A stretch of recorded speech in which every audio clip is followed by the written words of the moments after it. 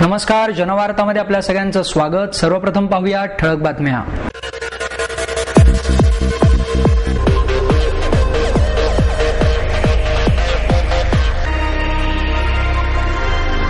पुण्याचा कायापालट करण्यासाठी मनसेला एक हाती सत्ता द्या, मनसेचे अध्यक्ष राज ठाकरे यांचं पुणेकरांना आवाहन।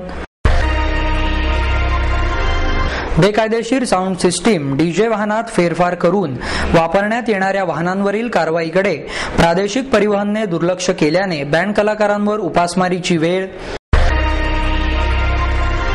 आशयच्या रौप्य महोत्सवी वर्षानिमित्त बहुआयामी व्यक्तींशी संवाद या उपक्रमाची संगणक तज्ञ डॉक्टर अच्युत गोडबोले यांच्या मुलाखतीने सुरुवात। अभिराज फिल्म्स निर्मित ध्रुव फिल्म प्रोडक्शनचा 2 गडीचा डाव हा चित्रपट 25 मार्च पासून प्रदर्शित होणार। नद्यांची सध्याची विदारक स्थिती पाहता संथ वाहते हे पुस्तक नद्यांचे अंतरंग आणि बाह्यरंग उलगडून दाखवणारे आहे, प्राध्यापक मिलिंद जोशी यांचं मत। आणि इतिहास संशोधन हा बंदोबस्ताचा नव्हे तर अभ्यासाचा विषय आहे, शिवशाहीर बाबासाहेब पुरंदरे यांचं मत।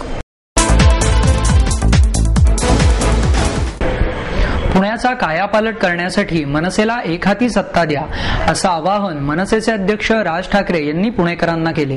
पुणे महानगरपालिकेच्या आगामी निवडणुकांच्या पार्श्वभूमीवर राज ठाकरे यांनी पालिका आयुक्त महेश जगडे यांची भेट घेतली।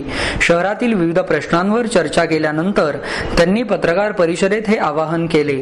राज ठाकरे यांनी पुण्याची बीआरटी, सार्वजनिक मोकळ्या जागांवरचं आरक्षण, पुण्यातील वाढता अपघात दर, पाणी प्रश्न, नदी प्रदूषण, महिलांसाठी शहरात असलेली अपुरी स्वच्छतागृह आदी प्रश्नांबाबत आयुक्तांशी चर्चा केली। त्यानंतर झालेल्या पत्रकार परिषदेत ठाकरे यांनी बीआरटीवर टीका केली। शहराच्या विकासात शिवसृष्टी आड येत असेल तर काही कटू निर्णय घ्यायला पाहिजेत, पण शिवसृष्टीही नाही आणि मेट्रोही नाही असं होऊ नये असेही ठाकरे यांनी यावेळी सांगितले। पुणे, ठाणे, नाशिक ही शहरे मुंबईसह डम्पिंग ग्राउंड झाली असल्याचेही ठाकरे यांनी सांगितले। त्यामुळेच या शहरांना भकासपणा येत असल्याचेही त्यांनी सांगितले। पुण्याचा कायापालट करण्यासाठी एक हाती सत्ता देण्याचं आवाहन करताना पालिकेत मनसेच्या नगरसेवकांच्या कामाबद्दल त्यांनी समाधान व्यक्त केले। त्याची बेसुमार संख्या त्याची वाढते आहे। अनेक राज्य सरकारचे, केंद्र सरकारचे, महानगरपालिकांच्या मोकळ्या जागा याच्यावरती हे येऊन परप्रांतातले लोक झोपडपट्ट्या उभारतात, त्यावेळेला प्रशासन काही करत नाही आणि मग त्या हळूहळू कशा प्रकारे विकल्या जातात हे आपल्याला माहितीच आहे।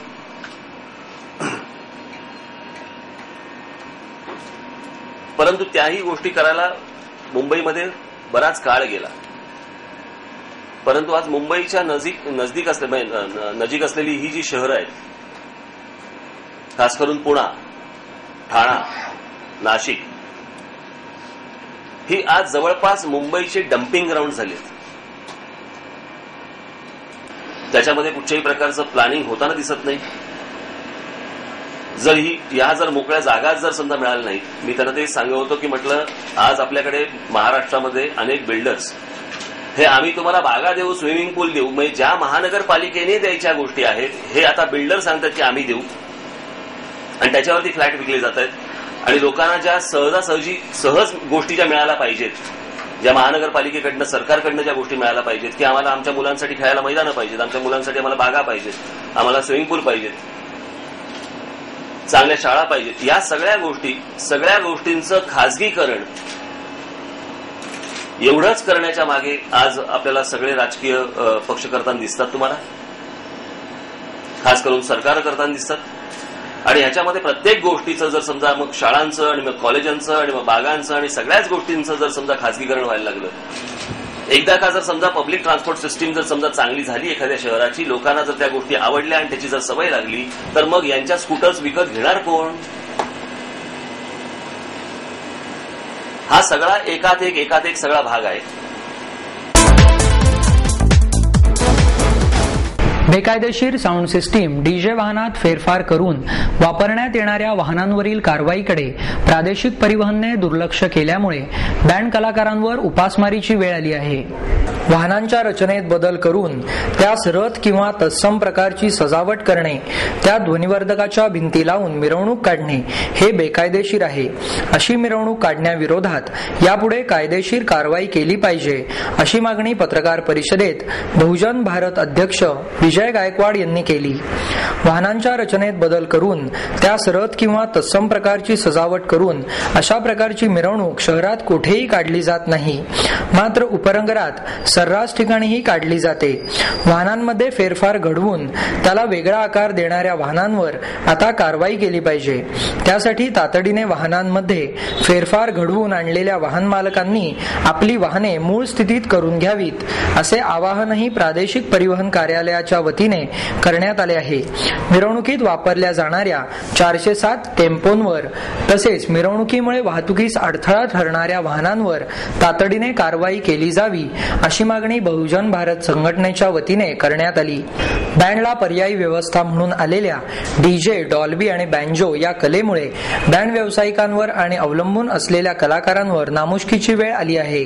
गेल्या 10 ते 15 वर्षात नावाजलेले बँड या कलेवर रसिकांनी पाठ फिरवल्यामुळे काही बंद पडले आहेत तर काही चालू आहेत. काळाच्या ओघात नव्यानेच अनुकरण झाले, परंतु पारंपरिक कला कालबाह्य होऊ लागल्या. भौतिक प्रगतीच्या वा ग्लोबल जगात बँड सारख्या कला आणि ते सादर करणारे कलाकार यांना जर पूर्वीसारखे दिवस मिळाले तर त्यांना त्यांचे गतवैभव आणि सर्जनशील कलाविष्कारांचे सादरीकरण करण्याची संधी मिळेल. यासाठी खऱ्या अर्थाने प्रादेशिक परिवहन कार्यालयाने बेकायदेशीर मालवाहू खासगी वाहनांवर साऊंड सिस्टीम, डीजे वाहनात फेरफार करून वापरण्यात येणाऱ्या वाहनांवर कारवाई करणे गरजेचे आहे. ती रसिक वृत्तीच्या श्रोत्यांची आणि त्यांच्या कलासक्त मनाची पूर्वीसारखी मिळाली तर पुन्हा एकदा लग्न सराईतून बहुतांश संख्येने बँड कलेच्या मैफिली आपल्याला ऐकायला मिळतील असेही त्यांनी यावेळी सांगितले. या ठिकाणी बहुजन भारत संघटनेतर्फे पत्रकार परिषद आम्ही घेतली आहे. आरटीओच्या विरोधामध्ये वारंवार आम्ही निवेदन देऊन बेकायदेशीर वाहन बंद करावे, डिजिटल परवाने बंद करावेत असे आम्ही निवेदन दिले असतानाही आयुक्त खरडमल साहेब हे त्याच्यावर कुठलेही पाऊल उचलत नाहीत. त्यामुळे आम्ही त्रस्त होऊन यावेळेस पत्रकार परिषद आम्ही घेतलेली आहे व पत्रकारांना निवेदन दिलेले आहे की आम्हाला न्याय मिळावा व या सामाजिक संपूर्ण बहुजन दलित समाजाला, कलाकारांना न्याय मिळावा यासाठी सर्व पत्रकार परिषदेला आम्ही हे निवेदन देत आहोत आणि याचा आम्हाला लवकरात लवकर तातडीत त्यांनी या संपूर्ण बेकायदेशीर माल वाहतूक व डीजेला बंदी आणावी अशी आमची मागणी आम्ही त्यांना टाकलेली आहे. तरी सर्व शासकीय अधिकारी व पत्रकार परिषदांनी संपूर्ण वृत्तपत्रांना ही बातमी कळवून या समाजाला व या संपूर्ण कलाकारांना न्याय मिळवून द्यावा अशी आमची मागणी आहे.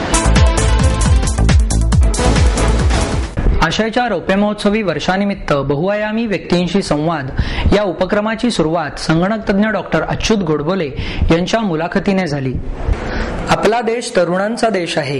याच तरुण वर्गाला आकर्षित करण्याचा प्रयत्न अनेक जण करताना दिसतात. याच धर्तीवर आशय सांस्कृतिकनेही युथफुल व्हायचं ठरवलं आहे. आशयच्या रौप्य महोत्सवी वर्षात तरुणांचा सहभाग वाढवण्यावर भर देण्यात येणार आहे. रौप्य महोत्सवी वर्षातील उपक्रमांविषयी सतीश जकातदार आणि वीरेंद्र चित्राव यांनी माहिती दिली. या वर्षात तरुण वर्गाची मेंबरशिप वाढवण्यावर भर देण्यात येणार आहे. युथ सेंट्रिक फिल्म फेस्टिवल, सांस्कृतिक कार्यक्रम यावर भर देण्यात येणार आहे. बदलते चित्रपट तंत्रज्ञान, आशय, संदर्भ चित्रपटांमधील बदल याविषयीची माहिती देण्यात येणार आहे. आशयचा हा प्रवास 35 mm सिनेमा ते DVD असा आहे. या 25 वर्षाच्या इतिहास लिखित स्वरूपात जतन व्हावा यासाठी आशयचा प्रवास उलगडणाऱ्या एका विशेष पुस्तकाचेही प्रकाशन होणार आहे. दरम्यान सुप्रिया चित्राव यांनी डॉक्टर गोडबोले यांची मुलाखत घेतली. पैशांची नव्हे तर मनाची आणि कलेची समृद्धी असणाऱ्या घरात गेलेले बालपण पंडित भीमसेन जोशी, कुमार गंधर्व, बिरजू महाराज, पंडित जशराज आदींचा भरपूर सहवास, अभ्यासातला पहिला नंबर, IIT मधील दिवस, त्यानंतर वर्षभर आदिवासींसाठी केलेले काम, 10 दिवसांचा तुरुंगवास, IBM मधील नोकरी, मुलाला जन्मजात आलेले आजारपण, त्यातून आलेले नैराश्य, व्यसनाधीनता आणि त्यावर केलेली यशस्वी मात आदी गोष्टी गोडबोले यांच्या मुलाखतीतून उलगडल्या. पैसा, प्रतिष्ठा, प्रसिद्धी याला महत्त्व कधीच दिलं नाही, परंतु जे क्षेत्र निवडलं त्यात पूर्ण झोकून देऊन काम केलं, त्यावर मनापासून प्रेम करत मास्टरीही मिळवली, असेही गोडबोले यांनी यावेळी बोलताना सांगितले. अभिराज फिल्म्स निर्मित ध्रुव फिल्म प्रोडक्शनचा 2 घडीचा डाव हा चित्रपट 25 मार्च पासून प्रदर्शित होणार आहे. जीवन हा घडी 2 घडीचा डाव असतो, तो खेळावाच लागतो. हिम्मत मरण्यासाठी नाही, जगण्यासाठी असावी लागते, अशी टॅगलाईन असलेला 2 घडीचा डाव हा सिनेमा सस्पेन्स थ्रिलर आहे. अजिंक्य देव, मकरंद अनासपुरे, सयाजी शिंदे, सई ताम्हणकर अशी तगडी स्टारकास्ट या सिनेमात आहे. तसंच निर्मात्या कांचन अधिकारी 23 वर्षांनंतर या सिनेमातून पुन्हा एकदा अभिनय करताना दिसणार आहेत. नवऱ्याच्या जाचाला कंटाळलेली वैदेही तिच्या आयुष्यातला महत्वाचा निर्णय घेण्याचा विचार करत असते. फॅमिली डॉक्टर उमेश सोनटक्केच्या सल्ल्याने वैदेही हा निर्णय घेणार असते, पण नियती या निर्णयाला वेगळं वळण देते. एका रात्री तिच्या नवऱ्याचा अर्जुन सरपोतदारचा खून होतो. या खुनाची माहिती सर्वप्रथम सौमित्र जाधवला मिळते, ज्याचा सरपोतदारांशी काहीही संबंध नसतो. तो एक तिराहित व्यक्ती असतो. या खुनाची माहिती पोलिसांनाही कळते आणि सुरू होतो खुन्याचा शोध. एकामागून एक घडणारे नाट्यमय प्रसंग आणि सतत फिरणारी संशयाची सुई, मानवी स्वभावाच्या वेगवेगळ्या छटा या प्रवासात समोर येतात. रहस्य आणि थरार यांची सांगड या सिनेमात आहे. 2 घडीचा डाव याबद्दल कांचन अधिकारी यांनी पत्रकार परिषदेत माहिती देताना सांगितले, सलग 3 कॉमेडी सिनेमे केल्यावर वेगळ्या घाटणीच्या सस्पेन्स थ्रिलर सिनेमाची मी निर्मिती केली आहे. अजिंक्य देव, सयाजी शिंदे आणि मकरंद अनासपुरे हे तिघेजण या सिनेमाद्वारे प्रथमच एकत्र आले आहेत, त्यामुळे उत्तम दर्जाचा अभिनय नक्कीच पाहायला मिळणार आहे. संदीप पाठक, धनंजय मांद्रेकर, आशिष गाडे, महेश जोशी यांच्याही सिनेमात भूमिका आहेत. जेता या सिनेमानंतर अमोल शेटगे यांनी या सिनेमाची पटकथा संवाद लिहिले असून दिग्दर्शनही त्यांनीच केलंय. नाटककार सुरेश जयराम यांनी कथालेखन केले आहे. प्रकाश राणे यांच्या गाण्यांना नितीन हिवरकर यांनी संगीत दिले आहे. उमेश जाधवनं कोरिओग्राफी केली आहे. सुरेश देशमाने यांनी सिनेमॅटोग्राफी आणि आनंद दिवाण यांनी एडिटिंग केले आहे. ध्रुव फिल्म प्रोडक्शनसह अभिराज फिल्म्सने अनिल तारे या सिनेमाचे सहनिर्माते आहेत, असेही त्यांनी यावेळी बोलताना सांगितले. नद्यांची सध्याची विदारक स्थिती पाहता संथ वाहते हे पुस्तक नद्यांचे अंतरंग आणि बाह्यरंग उलगडून ठेवणारे आहे, असे मत प्राध्यापक मिलिंद जोशी यांनी व्यक्त केले.